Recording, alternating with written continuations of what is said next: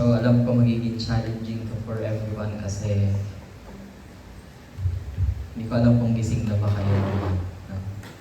So, yes, please forgive me kasi kapag nagsusulat talaga ako, I am in my conyo state. So, more or less, this is going to be in English. But the Holy Spirit naman will help you. Diba, Jamil? Ngayon, hingi ka na bago tayo mag-start. Hingi ka na ng tulong. Okay. So, yesterday, nagdi-discussion kaming tatlo nila Father Bong sa aming GC. No? Kasi we were forced to cut short the ideal part of our retreat, which was yesterday. Supposedly today, we should be entering the conversion stage of our retreat. But maybe this is the real message of God for us, no? Really to focus more on how He sees us, rather than how we keep on failing Him many times in our journey.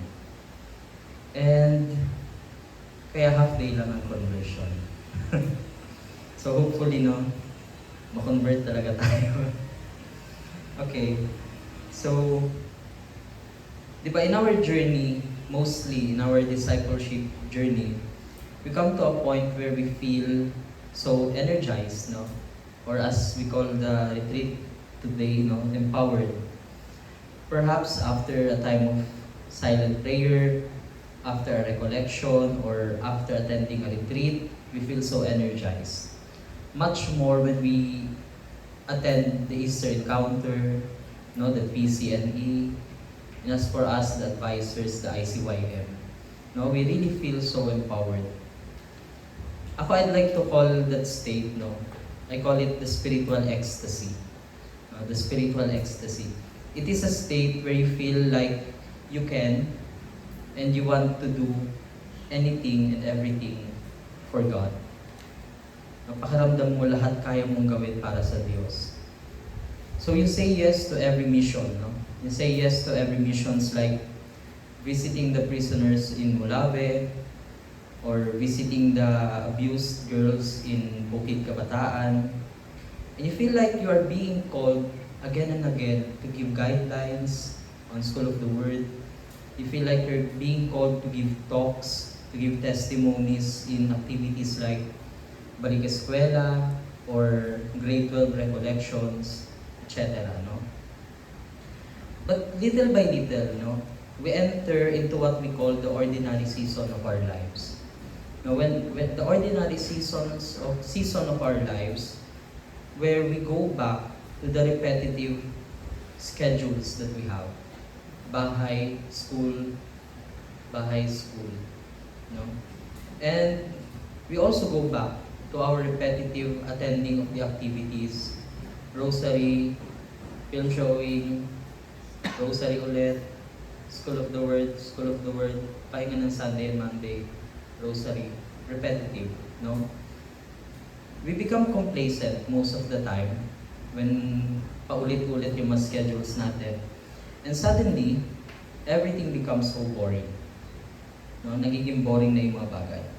Suddenly, the familiarity bores us and we long for things that bring sparks of excitement. And when we don't find that excitement, then we find ourselves, attending every other day. So because you no longer get excited, you just attend every other day. And then that every other day becomes once a week. Until you find yourself na you are no longer attending. You are no longer showing up. And with that, we're starting to deny the faith that was once very obvious or very evident on us. And as we all know, yung kwento ni Peter, he came from a very ecstatic experience of faith. He witnessed sick people getting healed. He also witnessed dead people being alive again, he also witnessed the transfiguration, imagine. And also the feeding of 5,000. He also experienced what it feels like to walk on water. And heck, he was even assigned to a leadership position. So we can only imagine, what kind of spiritual ecstasy Peter was experiencing that moment. Pero all these experiences, still, when the going gets tough, nung kailangan siya ni Jesus, he was out there denying him 3 times. And so much of Peter's story resembles our own personal spiritual journey. So many of us, kapag nasa height tayo ng ating spiritual ecstasy, we confidently say, Lord, I am ready to go to you, with you, to prison and even to death. Lord, pwede akong padala sa Marawi, I will die for you. Char. I will follow you, Lord, anywhere. I will die for you. Or in our own language, Lord G. May paritrik pa tayo before. Verbal day, G. And that G, yung G na yun, from last year, it brought us into making a decision of committing, into becoming a missionary disciple last year. But along the way, our G, that was supposedly means go, has eventually became goodbye. And it's sad, It's very sad. Because for some reason, most of those who committed last year, they are no longer here. Buhay pa naman, di ba? Pero, the level of commitment, unfortunately, is getting, yung Tagalog pa is nananabang. The commitment is nananabang.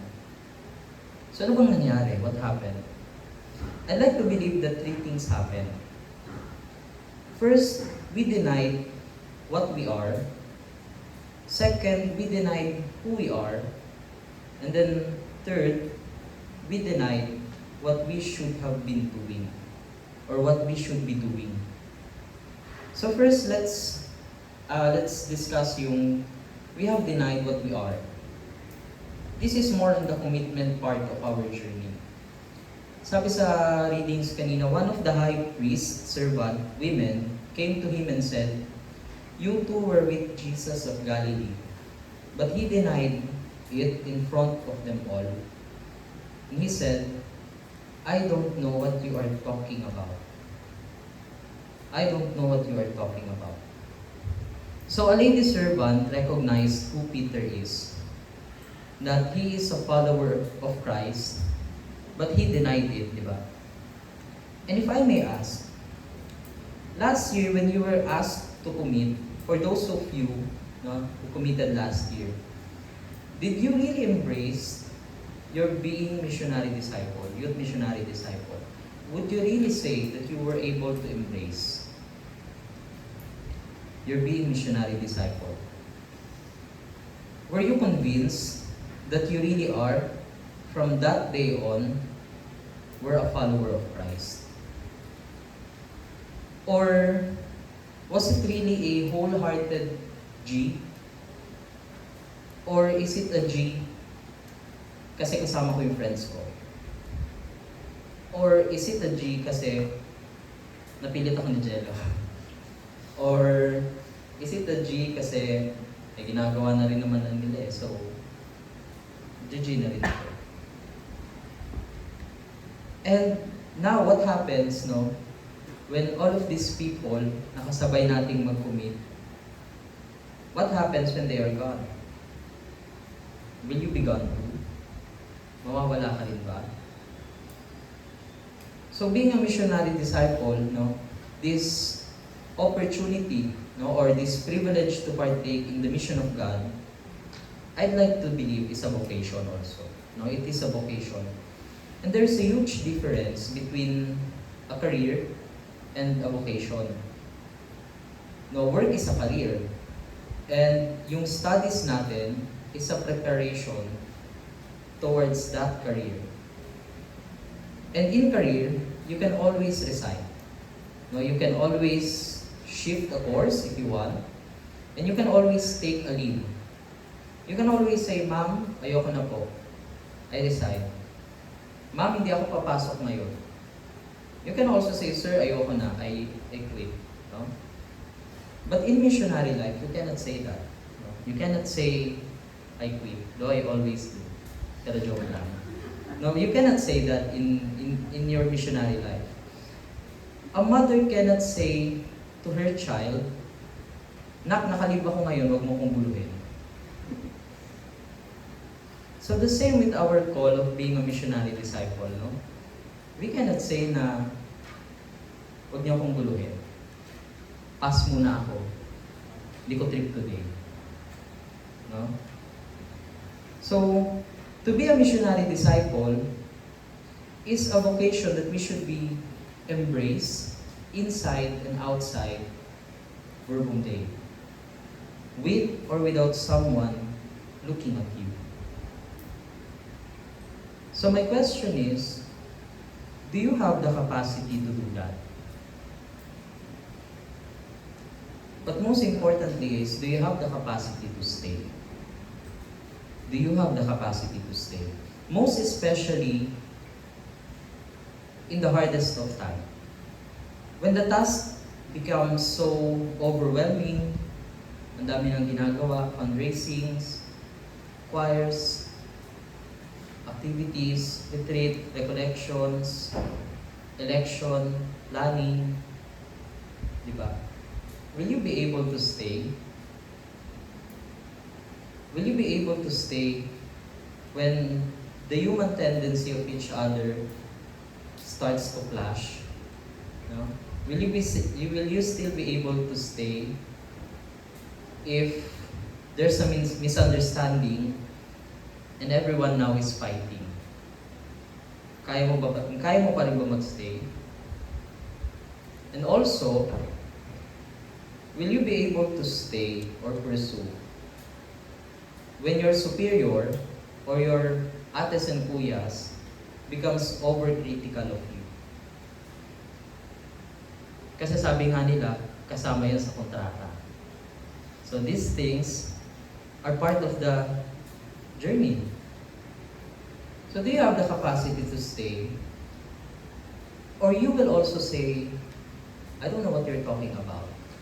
No, I don't know what you're talking about. I don't care anymore. Goodbye.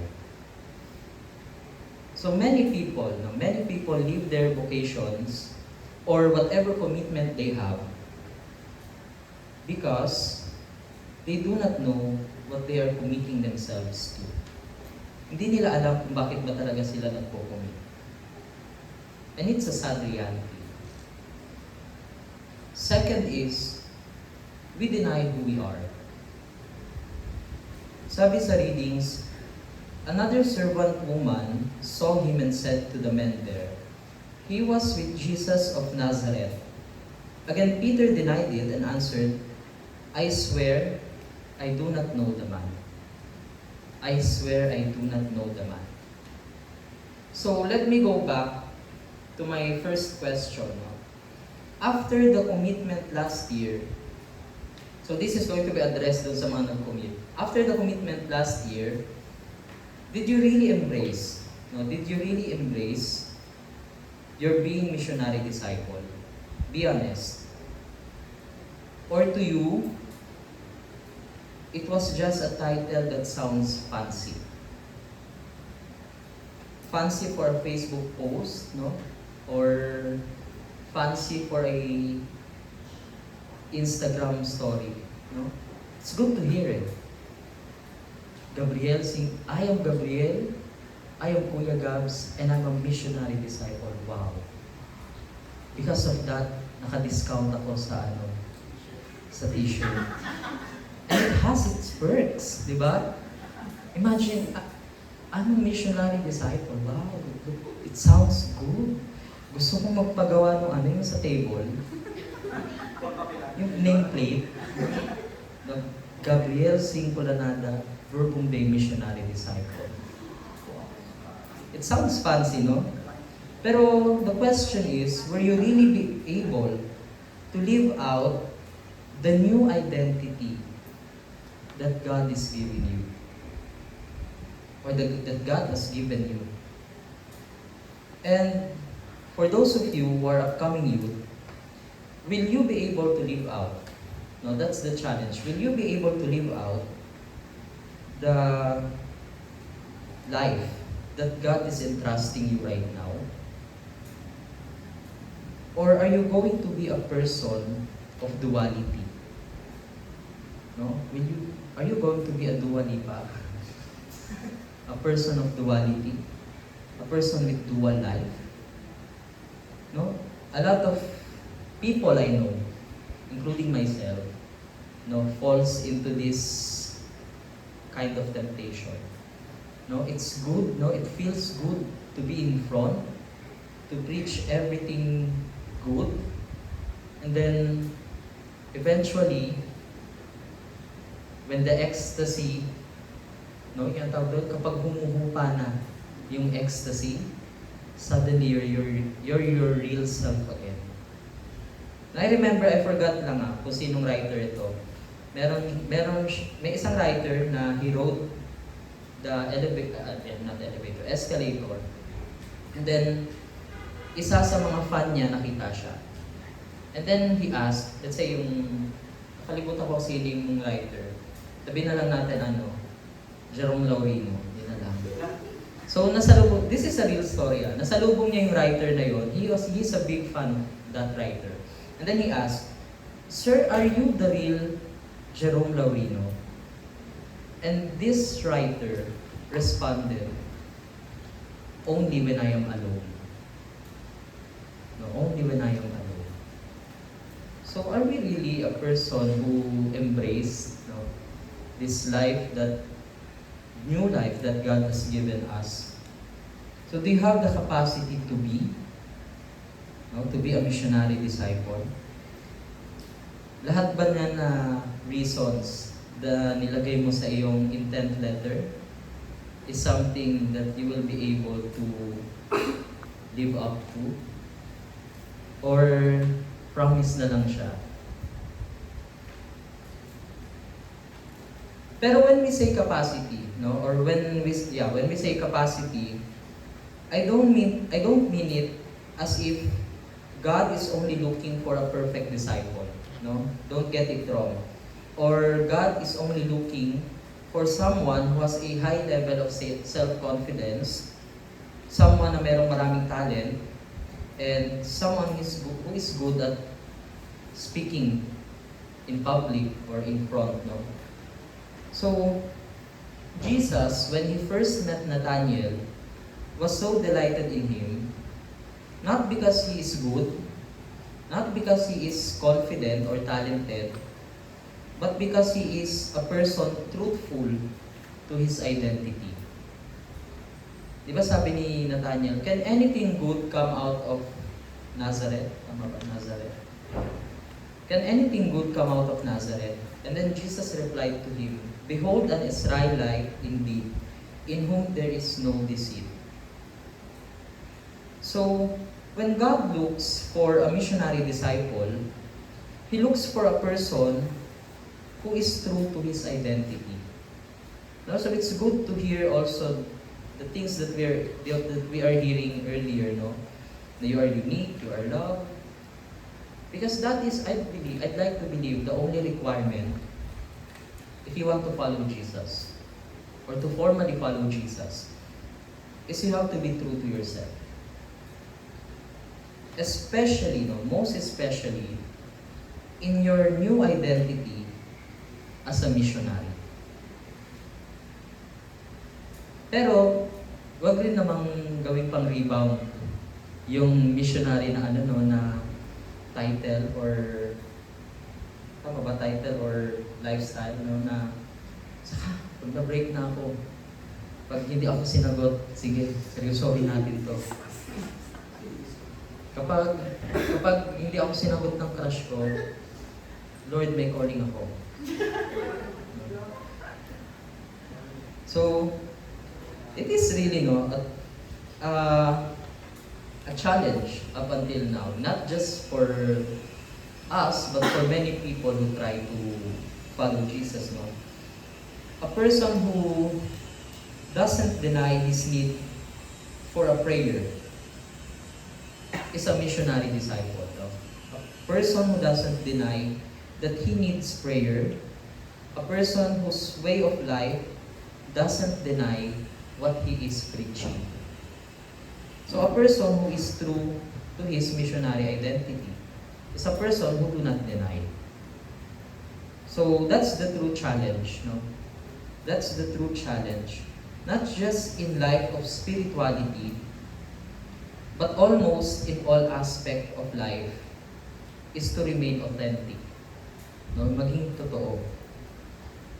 And a person, no, sadly, will most likely leave or abandon anything, most especially yung calling niya in becoming a missionary disciple, when he doesn't know or doesn't fully understand who he really is. Kung hindi mo talaga kilala kung sino ka. And then third, no, we deny what we should be doing. Sabi sa gospel, after a little while, those men standing there went up to Peter and said, "Surely you are one of them. Your accent gives you away." Then he began to call down curses, and he swore to them, "I don't know the man." Pero you know, yung version that is written in our Bible here, yung blue, I like it better kasi it's far more intense kesa sa NIV. Nakasulat doon, there Peter said, "I swear that I am telling the truth. May God punish me if I am not. I do not know the man." So grabe yung intensity of the denial ni Peter dito. And just like Peter, no, so much of the failure that we have as a missionary is when we deny what we should be doing. So what do I mean by that? When we deny our missionary purpose, we deny of God to do His will on this world. We deny of God to do His will on this world. Specifically, in the reality that you are living in.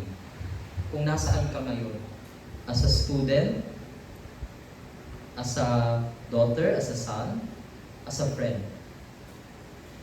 Not that we hold that much power before God. Hindi sa dahil malakas tayo kaysa sa Diyos na kapag hindi tayo kumilos, hindi masasakatuparan yung plano niya. But think of it this way. Imagine how much great things could have been done or accomplished if only you have done your part. No, only if you have done your part. So to deny your missionary identity is to rob of this world of experience and encounter of Christ. Tinatanggalan mo yung mundong to, specifically the reality you're in, of experience of encountering Christ. So when you are a missionary disciple, when you make decisions and take actions to it, you just don't make decisions or take actions for yourself. You also decide for others. So, huwag kayong masasakal. No? Don't feel constricted kapag yung mga mentors ninyo, yung mga advisors ninyo, or your spiritual director are very critical and opinionated of you. Because your single decision and action affect the entirety or the community as a whole. And I would like to borrow the words, no, that somebody gave me, no. So this person gave me an opportunity to better myself. And then when we were talking, he was telling me, Gabs, you owe it to everyone. You owe it to everyone to be better. Gabs, you owe it to everyone to be better. And I will also say it to you all, no, to those who will renew their commitment as a missionary disciple, and for those of you who will commit themselves on becoming a youth missionary disciple, you owe it to everyone. No? You owe it to everyone to be better. And most people, no, this is the saddest part, most people are careless because they don't fully grasp the intensity of their actions. Peter, no, si Pedro, is a testament that on our own, we are weak and unfaithful. No, mahina tayo, and we have the tendency to be unfaithful. But let us not forget the very words that Jesus spoke to Peter. Sabi niya, Simon, listen. Satan has received permission to test all of you. But I have prayed for you. But I have prayed for you, Simon, that your faith will not fail. And when you turn back to me, you must strengthen your brothers. No? So this is our consolation. This is the assurance when we answer the call of Jesus of becoming a missionary disciple. When you give your yes on, tama ba, August 4? On 3? Sarap. When is the commitment? 4, no? When you give your yes on August 4, no, that is the blessed assurance, no? That Jesus Himself will be praying for you. So somebody who is so powerful, who is omnipotent, is rooting for you. No? How beautiful is that, no? Jesus Himself is praying for you, for us. And this is what separates Peter from Judas. Di ba, Bob? Awa. This is what separates Peter from Judas. Because Peter knows. Now, Peter knows that even in his unfaithfulness, even in his weakest and lowest point, he knows that Jesus is with and for him. And this is the confidence of a missionary disciple. This is where the confidence of a missionary disciple lies. That even though I become unfaithful, even though I become weak, even if I get lost, even if I get lost, no, I can always get back up. And not just get back up, but comes back stronger. No? Our experiences gets to shape us. All because we have the confidence, no, that Jesus is praying for us. And that whatever failure it is that we will encounter, it is not our end game. We can always start over and over and over and over and over and over and over again. Even ready to strengthen the missionary disciple journeying with us. So for our moment of prayer, we only have 2 questions. No? First is, what struck you the most in the talk or in the passage? Then second, what are your challenges or your fear in following Jesus? Or to be specific, in renewing or committing as a missionary disciple. So what are your challenges and fears?